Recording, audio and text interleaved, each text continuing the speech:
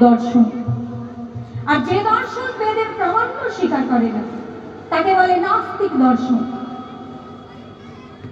जेमन जैन दर्शन, बौद्ध दर्शन, चार पाक দর্শন। এই তিনটে দর্শন হচ্ছে বেদের প্রামাণ্য স্বীকার করে না, তাই এদেরকে নাস্তিক দর্শন বলে। বলছে সমস্ত কিছু করে ফেলেছে কিন্তু গৌর হরিকে চেনে না, তার কি অবস্থা হবে জানো? সব শাস্ত্র অধ্যয়ন করলো কিন্তু যে যদি গৌর চরণ আশ্রয় না করলো তার অবস্থা ঠিক অন্ধের মতো। এই যে মাইনা, অন্ধের হাতে যদি একটা আয়না দিয়ে বলা হয় অন্ধ, এই আয়নাটা দেখে তুমি বলো তো তোমার বদনখানা দেখতে কেমন?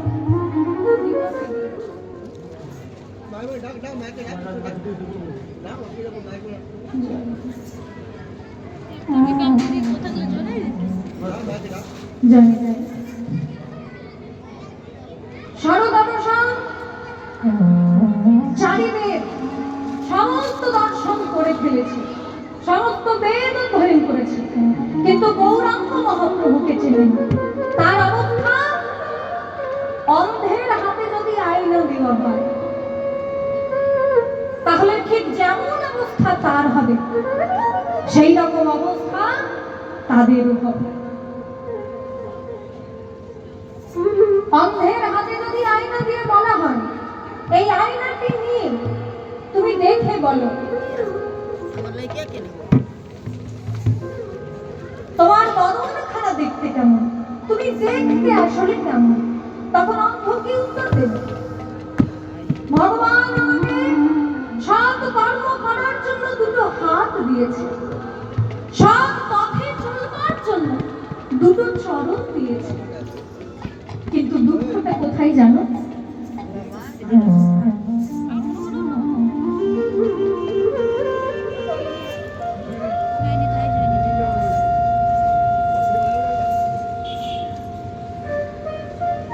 তাহলে অন্ধের কি উত্তর হলো?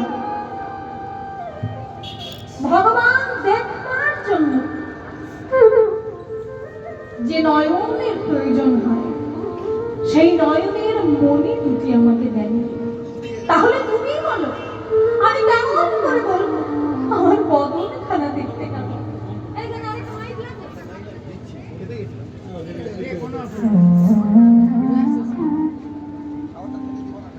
তখন অন্ধ তার অবস্থা যেমন হবে, এই শাস্ত্র অধ্যয়ন করে যারা গৌরাঙ্গ মহাপ্রভুকে না চিনতে পারে তাদের অবস্থা ঠিক সেই রকম হবে।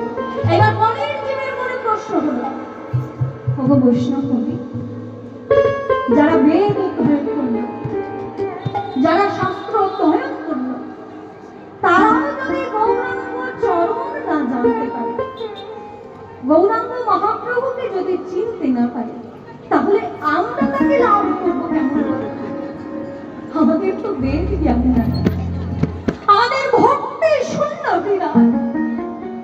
তবে হ্যাঁ, কোন মন্দিরের পাশ দিয়ে পেরিয়ে গেলে আমার মাথাটা নত হয়, আমার প্রণাম করতে ইচ্ছে করে, ভগবানের নামে শ্রীখোল করতাল বাজলে আমার ধেই ধেই করে নাচতে ইচ্ছে করে। কি বলবো বৈষ্ণব কবি, বৈশাখ মাসে যখন নগর কীর্তন হয়, আপনাদের গ্রামে হয় নগর কীর্তন? বৈশাখ মাসে যখন নগর কীর্তন হয়, পাড়ার ছেলেরা গাইতে গাইতে যায়, নদীর পথে পথে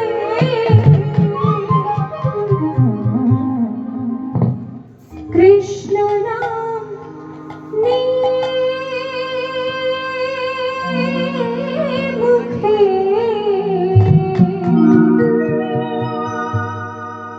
চরম গৌর দেশে যাব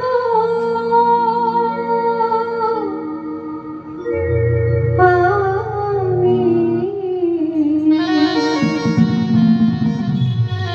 কৃষ্ণ নামের পাগল হব।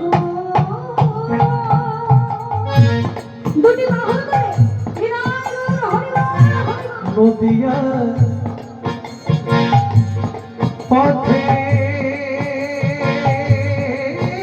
পথে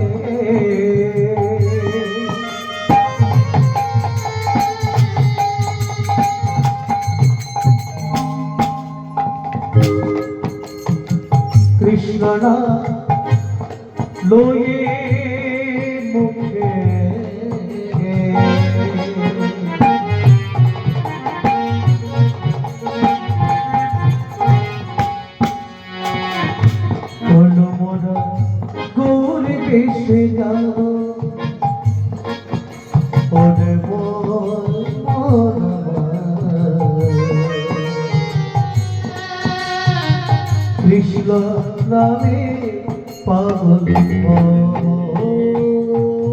সবাই মিলে করতালি সেবা করে।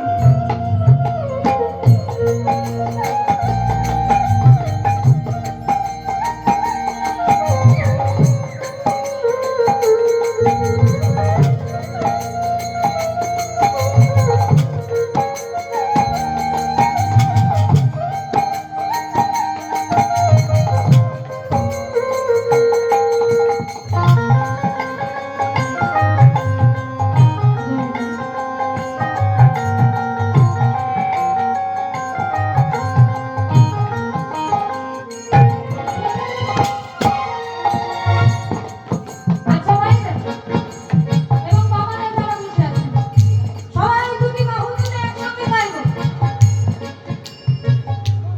হরে কৃষ্ণ কৃষ্ণ কৃষ্ণ হরে হরে, হরে রাম রাম রাম হরে হরে। হরে কৃষ্ণ হরে কৃষ্ণ কৃষ্ণ কৃষ্ণ হরে হরে হরে রাম হরে রাম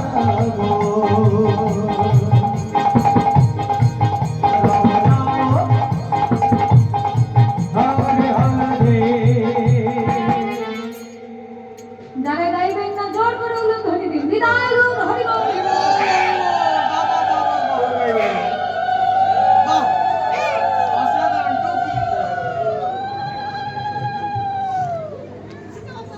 আমি বললাম যারা গাইবেন না তারা উলু ধ্বনি দিন। আপনারা গাইবেন না? মহাপ্রভুর হৃদয়ের সম্পদে কীর্তন গান। আপনারা বুঝতে ভুল করলেন, তাই না? আচ্ছা দুটি বাহু তুলে। হরে কৃষ্ণ কৃষ্ণ কৃষ্ণ হরে হরে, হরে রাম রাম রাম হরে হরে হরে। কৃষ্ণ হরে কৃষ্ণ কৃষ্ণ কৃষ্ণ হরে হরে হরে রাম হরে রাম রাম রাম হরে হরে হরে কৃষ্ণ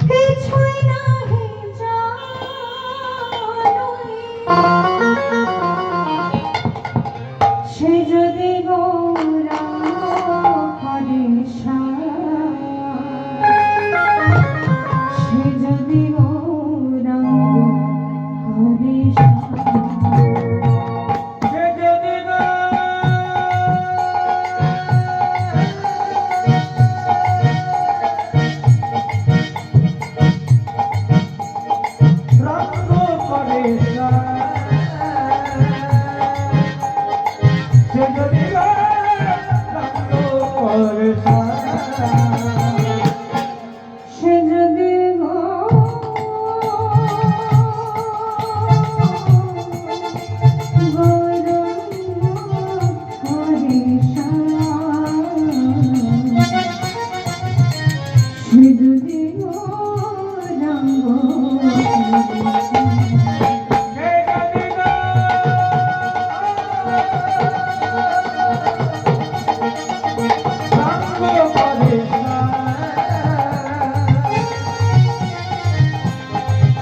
যদি রঙ্গ করে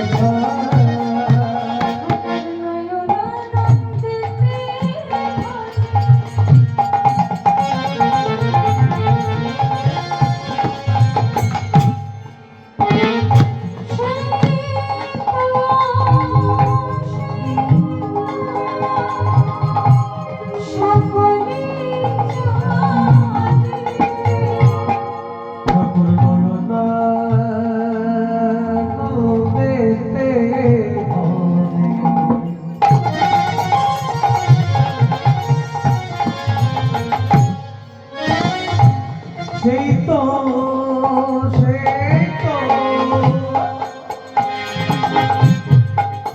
সকলি গানে সর্বসিদ্ধি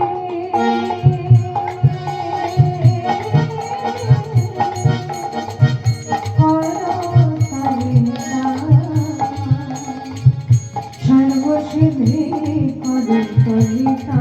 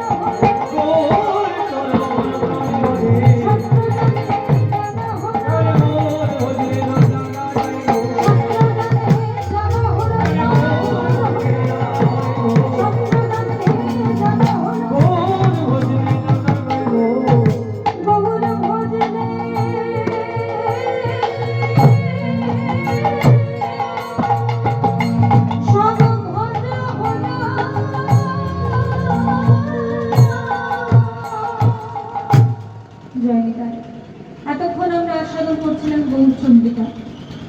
আজকে আমাদের বর্তমান বিষয়বস্তু হল ভক্ত হরিদাস।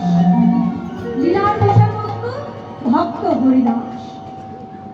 আসুন শ্রীধাম বৃন্দাবনে আমরা সবাই মিলে রাধা নাম গাইতে গাইতে যাই। বলছে বৃন্দাবন কাকে বলে? এখন ভজনের মধ্যেও কিন্তু শিক্ষা রয়েছে না, এই শিক্ষাটুকু আমাদেরকে নিতে হবে। কি বলছে দেখুন, বৃন্দাবন কত দূরে খুঁজে দেখ রে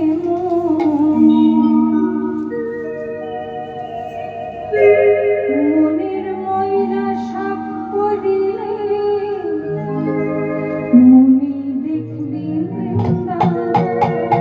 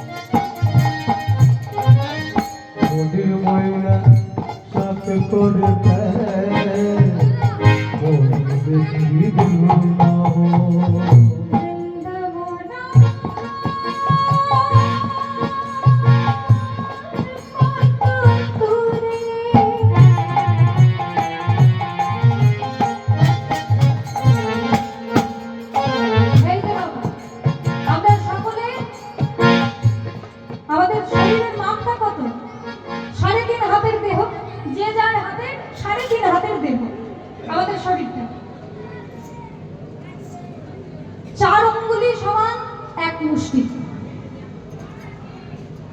6 মুষ্টি সমান 1 হাত, তাহলে 4 6 24 অঙ্গুলি। 1 হাত সমান 24 অঙ্গুলি। 3 হাত সমান কত হলো? 3 24 72। আর 3.5 হাতের ওই যে আধ হাত মানে আরো 12 অঙ্গুলি, তাহলে 72 প্লাস 12 কত হলো? 84।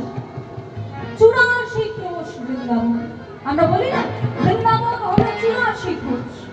তাহলে এখানের মধ্যেই সবকিছু আছে, একটু খুঁজে দেখতে হবে। সবাই বলে বিদায় গৌর হরি বল, হরি বল। বৃন্দাবনের কত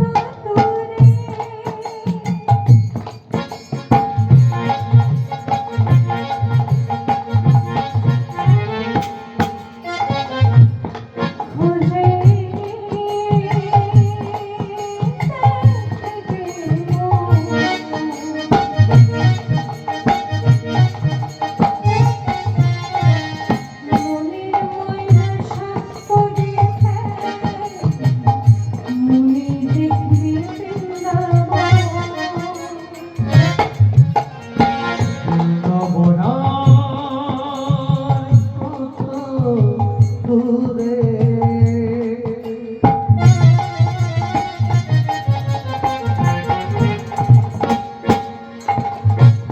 খুঁজে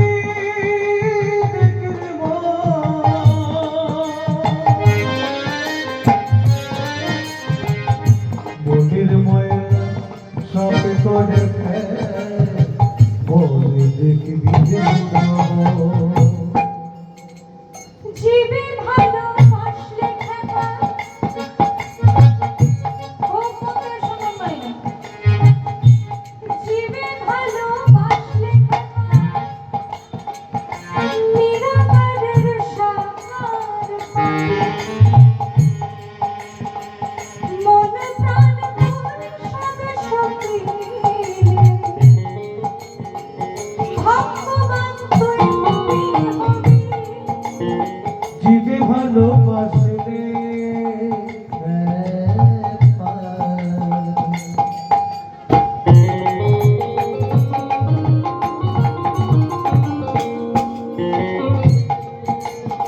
নিরাকারে সাক্ষাৎ পাবে, মন প্রাণ তোর সবে সপেলে ভাগ্যবান তুই হবি হবি। প্রত্যেকটা জীবের মধ্যে ভগবানের অংশ প্রকাশ হয়েছে, তাই প্রত্যেকটা জীবকে ভালোবাসতে হবে। জীবে ভালোবাসলে খেপা নিরাকারের সাকার পাখি। মন প্রাণ তোর সবে সখী ভগবান তুই হবি হবি। জীবে ভালোবাসলে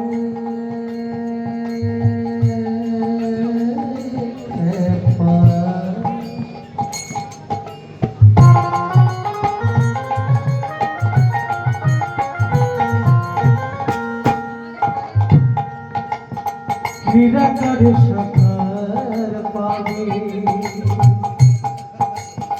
মন প্রাণ তোর সবে সবে ভাগ্যবান তুই হবি হবি।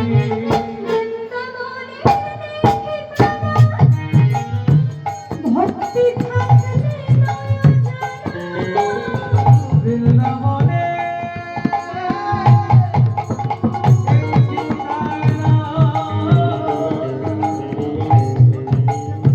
ভক্তি থাকলে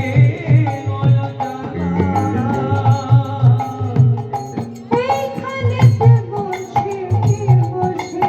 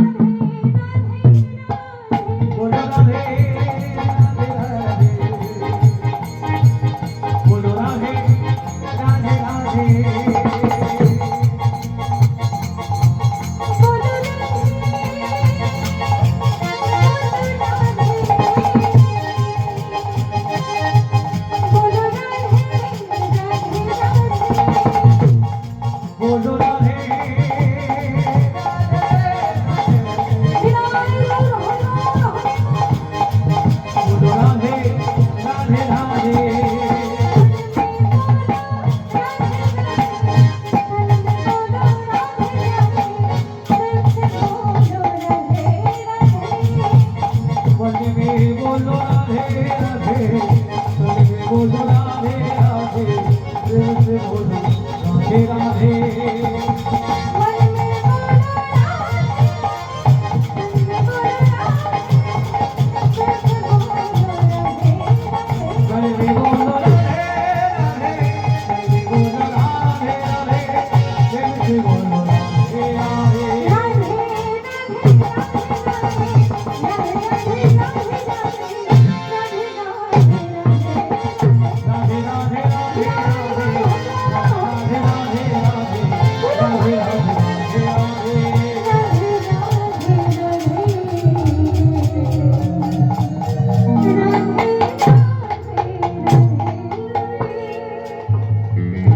প্রভাতকাল ভগবান শ্রীকৃষ্ণ আজকে মা যশোদার কোলে বসে ধীর স্বর নবনী ভক্ষণ করে প্রিয় সখাদেরকে সঙ্গে নিয়ে তিনি চলেছেন কোথায়?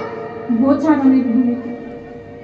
আর সেখানে গিয়ে নীতি প্রতিদিনের মতো খেলা খেলছেন। সখাদেরকে সঙ্গে নিয়ে আজকে ভগবান শ্রীকৃষ্ণ খেলা খেলছেন। আজু খেলতা আজু খেলতা আজু খেলতা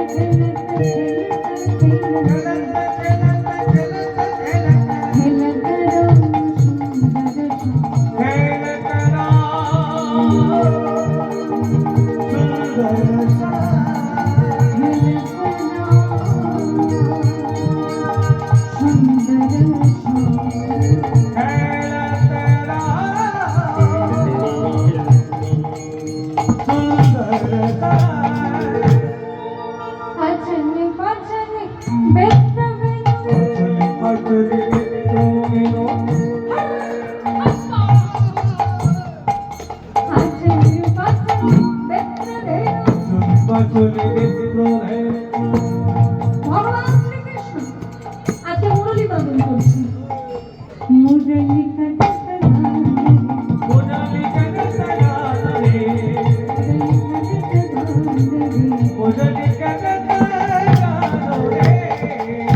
ভগবান শ্রীকৃষ্ণ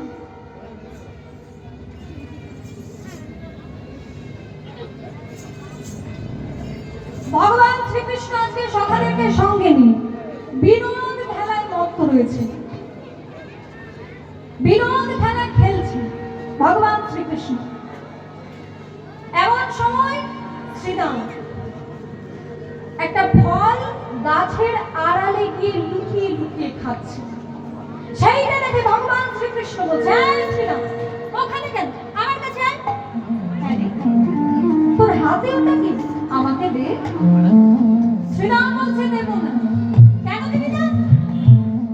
ঝুঠা হয়ে গেছে, মানে এঠো হয়ে গেছে। তাতে কি? হ্যাঁ, তুই তো আমার সখা। এই বলে ভগবান শ্রীকৃষ্ণচন্দ্র শ্রীরামের মুখের এঠো ফল কেড়ে খেতে শুরু করে দিয়েছে। ভক্তমণ্ডলী ভক্তমতী ভাই, সখা কাকে বলে? সমপ্রাণ ও সমসখা, যে অপরের মুখ দেখলে মনের কথা বলতে পারে, সেই তো সখা। ভগবান শ্রীকৃষ্ণ যখন খেলা খেলছেন, এই দেখে সৃষ্টিকর্তা ব্রহ্মার মনে অহংকার উৎপত্তি হলো। এই চৌরাশিকর বৃন্দাবন, সবাই তোমাকে ভগবান বললো, আমি তোমার ভগবান বললো। এর আগে আমি তোমার ভগবান বলেছি, তোমার পুজো করেছি, তোমার স্তব করেছি, কিন্তু আজকে তুমি যে কর্মটা করলে, সেজন্য তোমাকে ভগবান বলতে আমার লজ্জা হবে। তোমাকে ভগবান বলতে আমার ঘৃণা। কথাটি কে বলছেন? কথাটা কি বলছে? এখনই বললাম যে সৃষ্টিকর্তা ব্রহ্মা। ব্রহ্মা মনে মনে চিন্তা করছে, ভগবান যে হবে সে কি কখনো গাছের ডালে বসে বাঁশি বাজায়? ভগবান যে হয় সে কি পরের ঘরে গিয়ে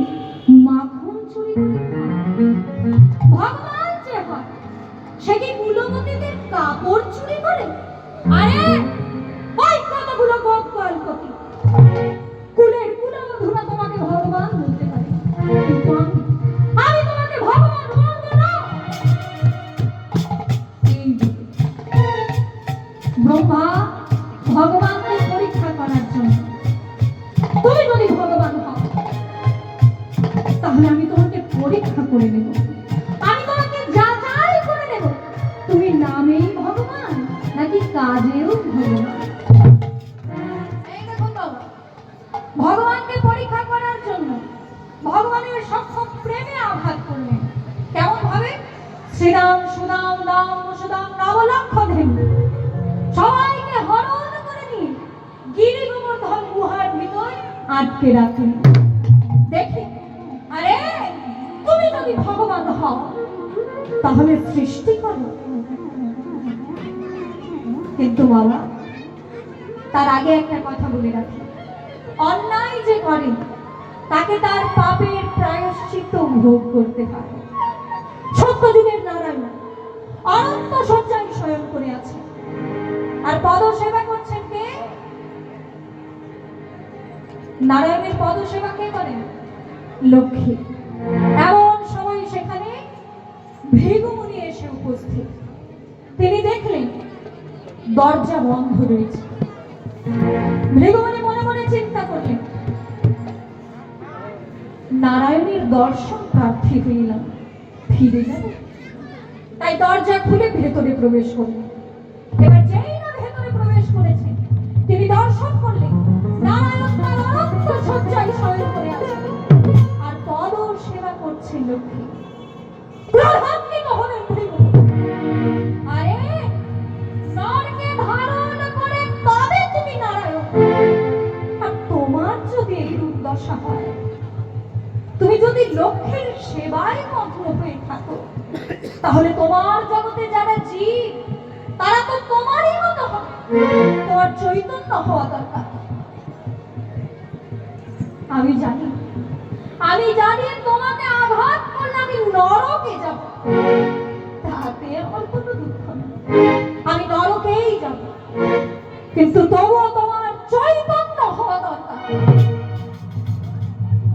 এই মনে করে ভৃগুমুনি নারায়ণের বক্ষে পদাঘাত করলেন।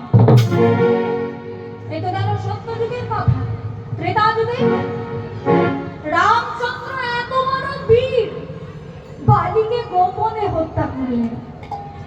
রামচন্দ্র যদি এত বড় বীর, তাহলে বালিকে গোপনে হত্যা করলেন কেন?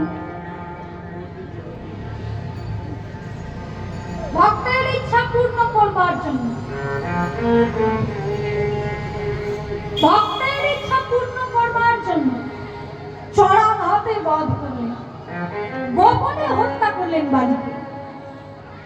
সেই সময় বালিনন্দন অঙ্গদ এসে বলল, হে রাম, তুমি তো রাম, তোমার সবই শোভা পায়, তুমি যা করবে সেটাই ঠিক, তুমি যা বলবে সেটাই ঠিক। আমার পিতা